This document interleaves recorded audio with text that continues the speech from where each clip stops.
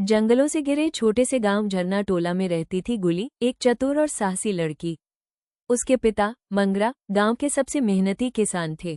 गुली, बाबा, एक दिन मैं भी इस खेत की देखभाल करूंगी। मंगरा मुस्कुराते हुए, जरूर बेटी, ये जमीन तुम्हारी भी है जैसे मेरी है।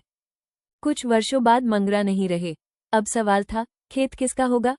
बुजुर्ग, हमारे रीति रिवाज में बेटियों को जमीन नहीं मिलती, खेत बेटे को मिलेगा। गुली दृढ़ स्वर में, पर बाबा ने कहा था ये जमीन मेरी भी है। दूसरा बुजुर्ग, बेटी, ये हमारा रिवाज है, रिवाज नहीं बदले जाते।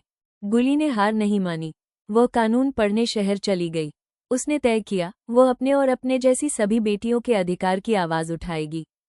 वकील, मेरी मुवक्किल गुली आदिवासी है, लेकिन वो समान अधिकार चाहती है। न्यायाधीश, आदिवासी समाज के अपने रिवाज हैं।